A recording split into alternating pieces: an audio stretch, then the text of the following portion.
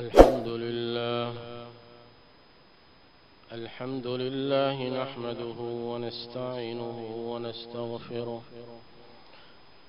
ونؤمن به ونتوكل عليه فنعوذ بالله من شرور أنفسنا ومن سيئات أعمالنا من يهده الله فلا مضل له ومن يضلله فلا هادي له ونشهد أن لا إله إلا الله وحده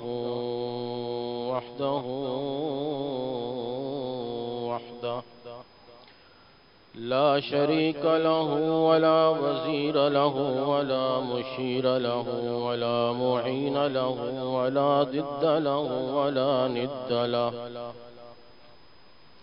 ونشهد أن سيدنا وسندنا وحبيبنا وحبيب ربنا وطبيبنا وطبيب قلوبنا محمدا عبده ورسوله صلى الله عليه وعلى آله وأصحابه وبارك وسلم تسليما كثيرا أما بعد فأعوذ بالله من الشيطان الرجيم بسم الله الرحمن الرحيم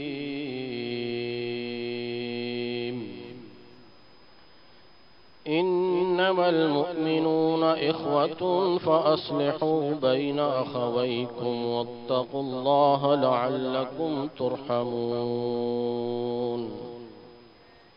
صدق الله مولانا العظيم وصدق رسوله النبي الكريم ونحن على ذلك من الشاهدين والشاكرين والحمد لله رب العالمين سبحانك لا علم لنا إلا ما علمتنا إنك أنت العليم الحكيم رب اشرح لي صدري ويسر لي أمري واحلل عقدة من لساني يفقهوا قولي رب زدني علما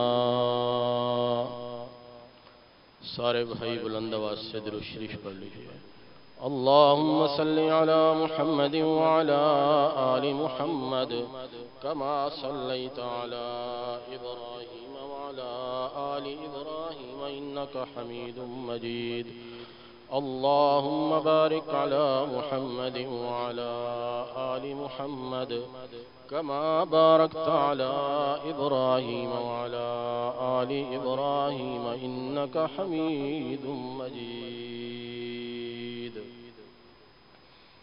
میرے عزیز بھائیو دوستو بزرگو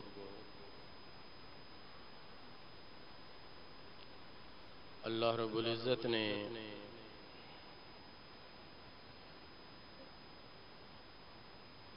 مسلمانوں کو اسلام دین فطرت عطا فرمایا ہے اس کی عبادات اس کی معاشرت یہ دونوں اس کائنات میں ان کے مقابلے میں کوئی اور مذہب نہیں ہے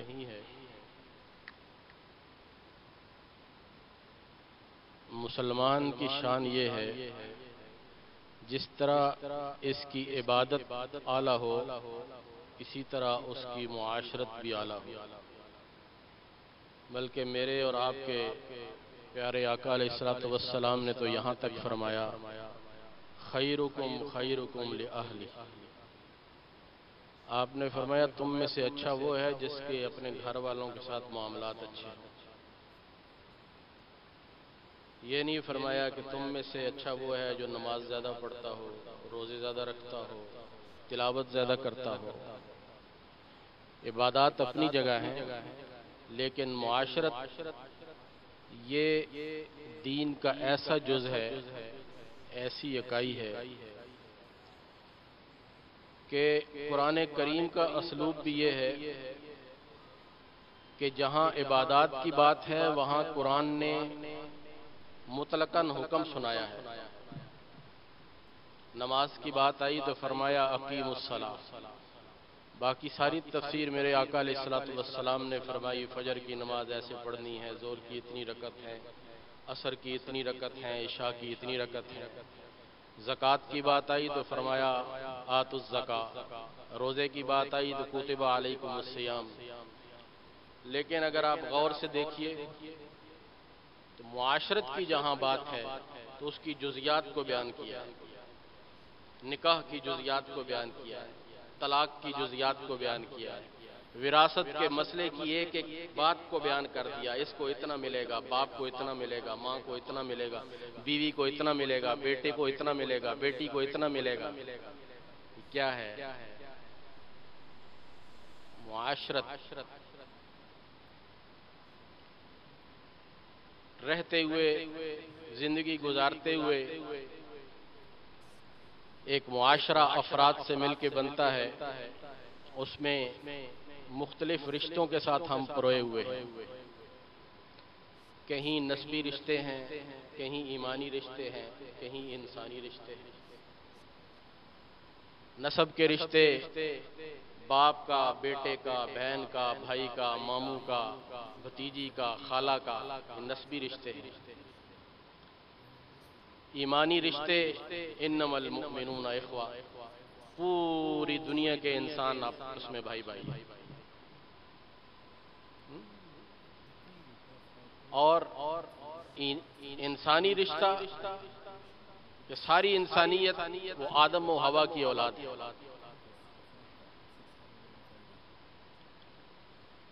ان ساروں رشتوں کی، سب رشتوں کا آپس میں تعلق ان کے ساتھ نباہ اسلام نے سکھایا ہے. اور فطرت یہی ہے کہ آدمی عام معاشرے میں ہم اکثر سنتے ہیں اس کا بیٹا بڑا فرما بردار ہے، اس کی بیوی بڑی فرما بردار ہے، ان کے والدین بڑے شریف ہیں، بڑے اچھے ہیں، یہ خاندان بڑا نسلی ہے، بڑے اچھے لوگ، یہ پڑوسی بہت اچھا ہے. یہ کیا ہے؟ انسان کے اندر یہ فطری تقاضا ہے کہ اچھی چیز. بیوی فرما بردار، اللہ کے نبی صلی اللہ علیہ وسلم نے ایک بڑی خوبصورت بات ارشاد فرمائی کہ من سعادت المسلم ثلاث، آدمی کی خوشبختی کی 3 نشانیاں ہیں: المسکن الواسع والمرکب الحنی والجار الصالح وفی روایت مرأة الصالح.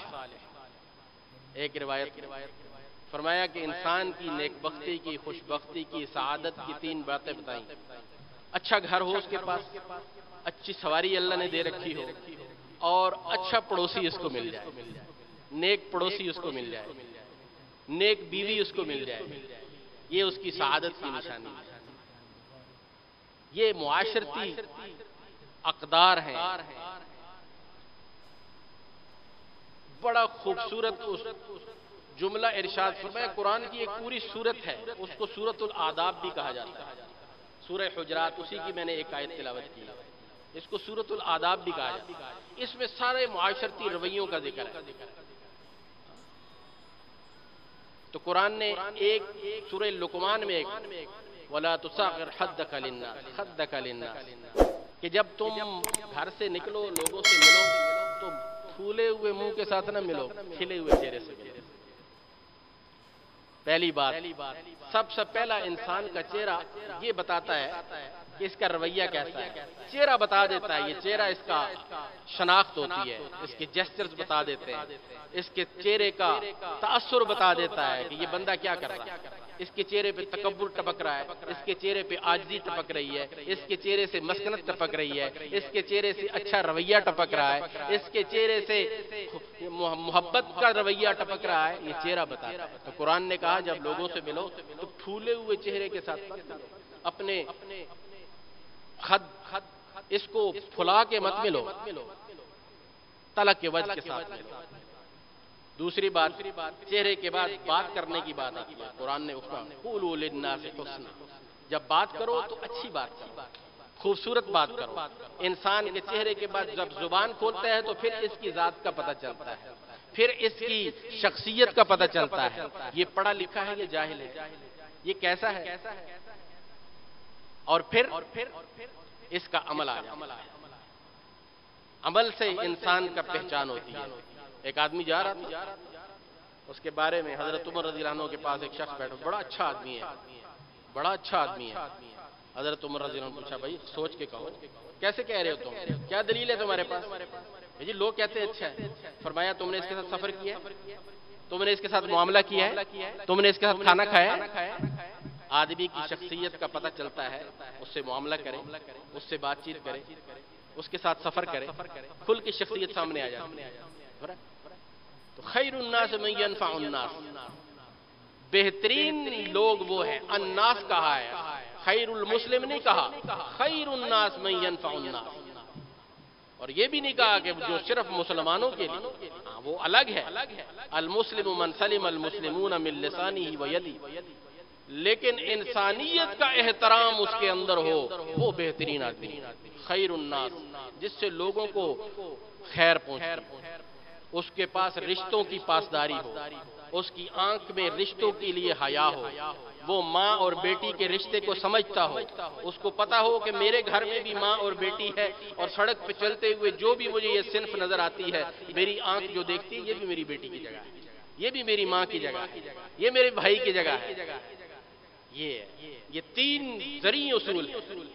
نکلو باہر، مسلمانوں سے ملو یا انسانوں سے، معاشرے میں جس سے ملو، اپنا چہرہ کھلا رکھو، بات کرو تو بڑے اچھے انداز سے کرو، اور اگر معاملہ کرو تو لوگوں کو فائدہ پہنچانے کا۔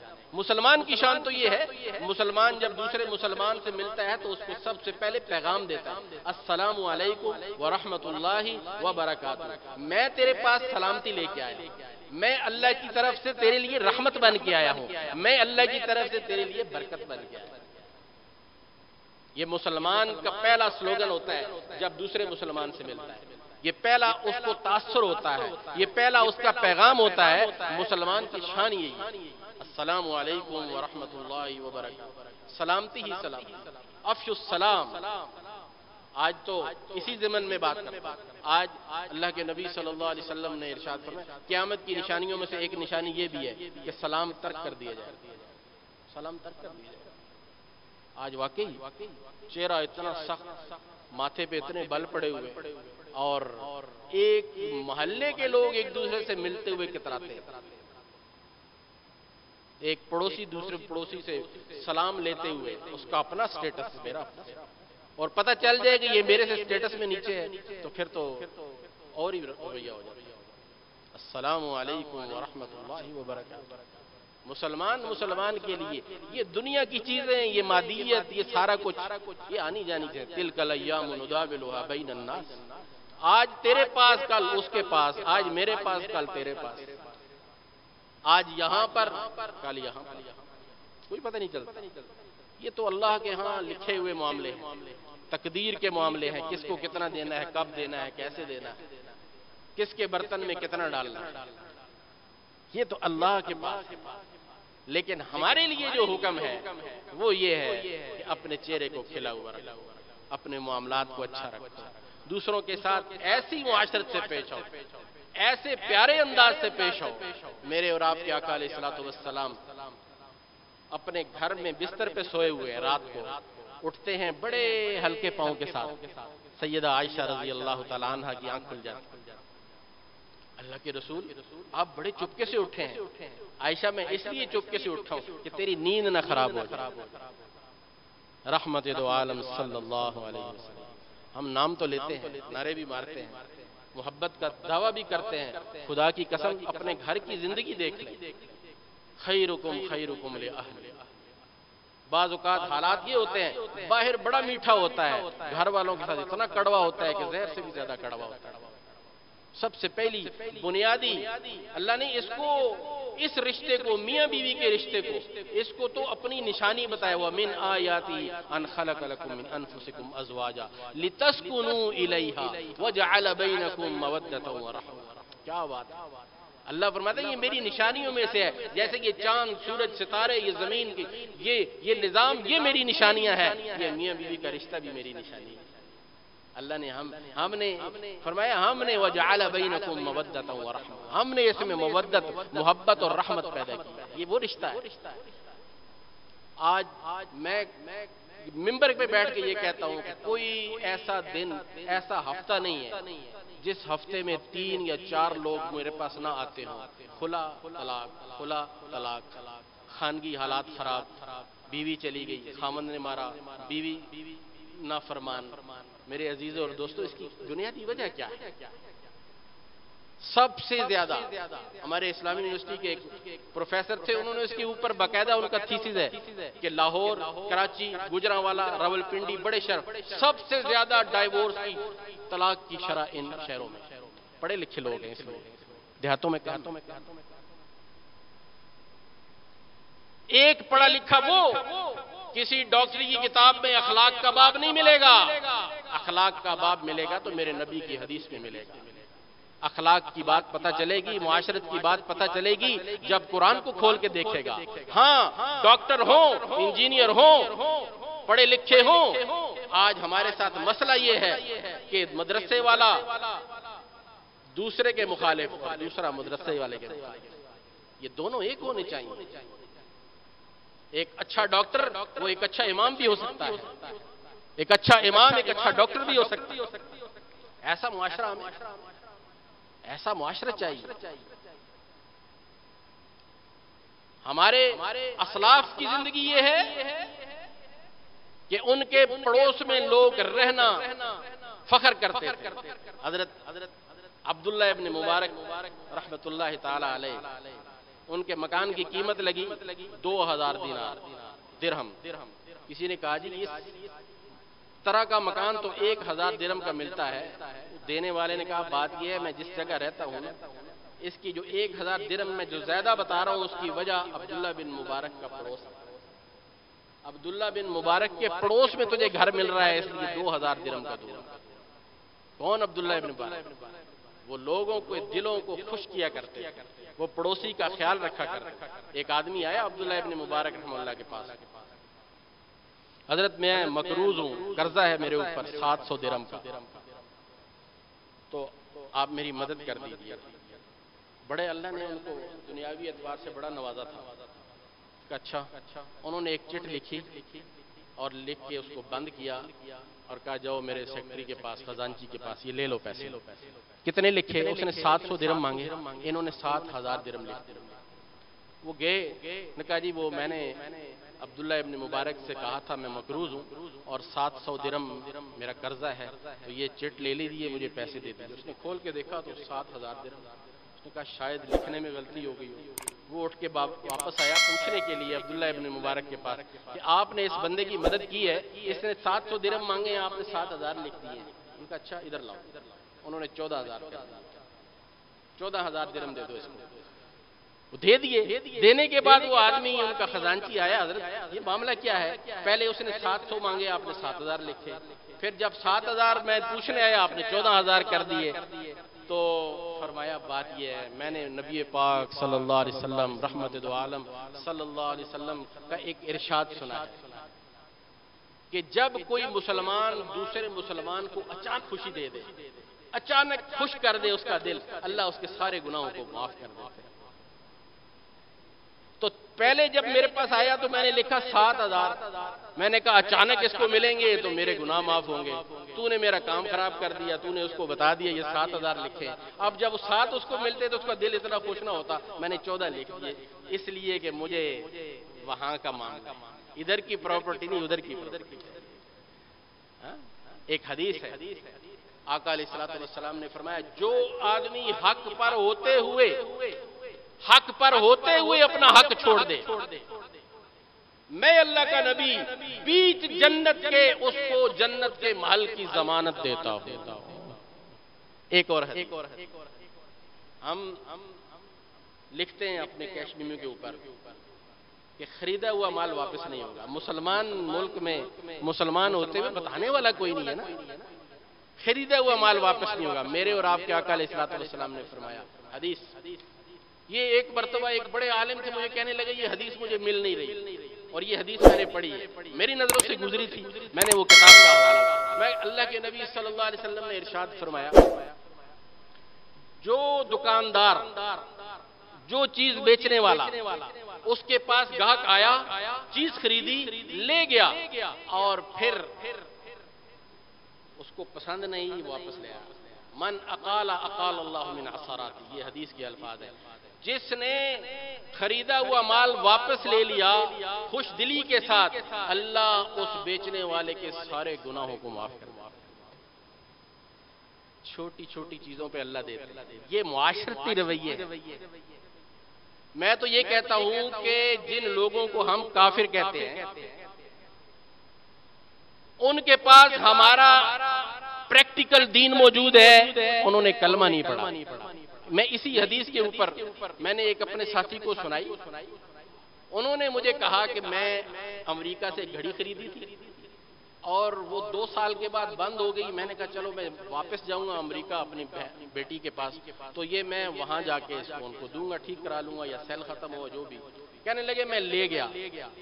میں نے اس دکان پہ جا کے وہ گھڑی دی کہ یہ گھڑی 2 سال ہو گئے ہیں, یہ بند ہو گئی ہے, خراب ہو گئی ہے, کیا مسئلہ ہے دیکھیے. اس نے دیکھا, فوراً اس کا وہ نکالا کارڈ اور وہ گھڑی اٹھا کے ڈسٹ بن میں ڈالی, نئی گھڑی نکالی, ڈبہ دیا اور کہنے لگا ہم آپ سے معذرت کرتے ہیں کہ یہ اپنی گارنٹی کے ٹائم سے پہلے خراب ہو گئی, اس لیے میرے ساتھ جو بچے تھے ان کو چاکلیٹس بھی دی, وہ گھڑی بھی مجھے دی اور مجھے اچھے طریقے سے رخصت کر دیا. یہ کس کی شان ہے؟ یہ کون سا دین ہے جس پہ اس نے عمل کیا؟ یہ میرے نبی کی حدیث ہے, جو اسے کافر نے اس پہ عمل کیا. اور آج مسلمان سے مسلمان جب چیز خریدتا ہے تو اس کی کیا حالت ہوتی ہے. وہ لینے والا بھی یہ چاہتا ہے کہ میں اس کو کچھ دھوکہ دے دوں, اور خریدنے بیچنے والا بھی کہتا ہے میں یہ کر دوں.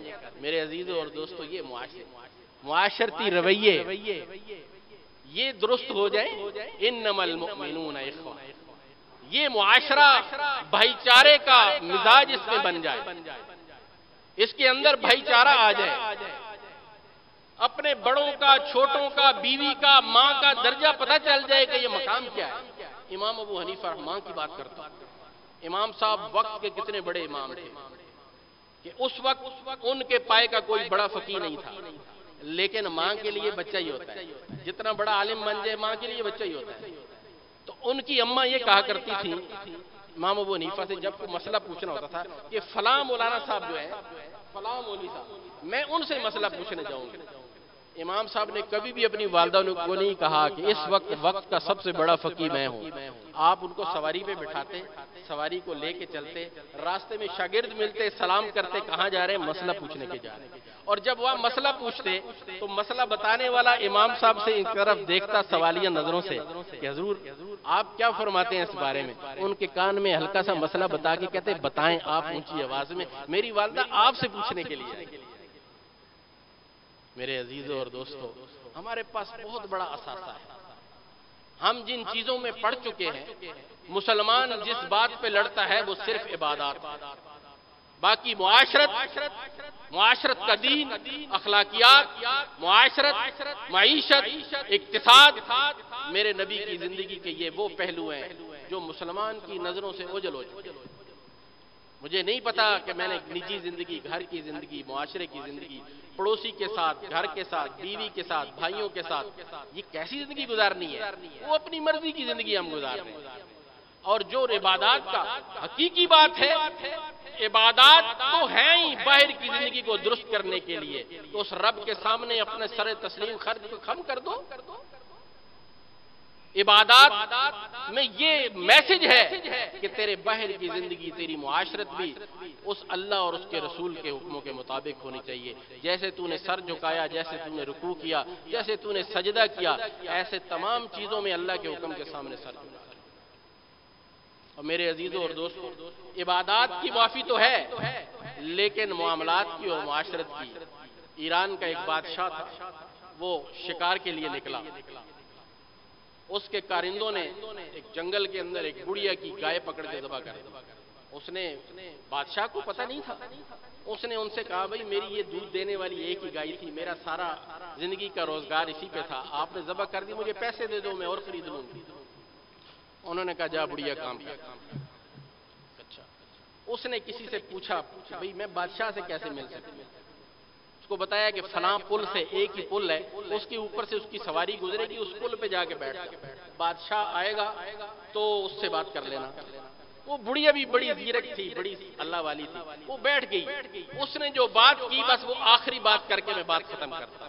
بادشاہ کی سواری آئی, اس نے سواری روکی. اس نے کہا بادشاہ سلامت, آپ اپنا حساب اس پل پہ دینا چاہتے ہیں یا وہ پل صراط پہ دینا چاہتے ہیں؟ آپ میرا اور اپنا معاملہ اس پل پہ صاف کرنا چاہتے ہیں یا اس پل صراط پہ کرنا چاہتے ہیں؟ بادشاہ کی آنکھوں میں آنسو آئے. وہ فوراً سواری سے نیچے اترا, بڑھیا کا احوال سنے, فوراً اس کو حکم کیا اور روتا ہوا چل پڑا. میرے عزیزوں اور دوستوں, یہ دنیا کا جو پل ہے یہ بڑا مختصر ہے, اس سے تو گزر جائیں گے. خدا کی قسم یہ معاملات کی معافی وہاں نہیں ہوگی جب تک معاف کرنے والا معاف نہیں کرے گا. اللہ پاک ہمیں ایک دوسرے کے حقوق کا خیال رکھنے کی توفیق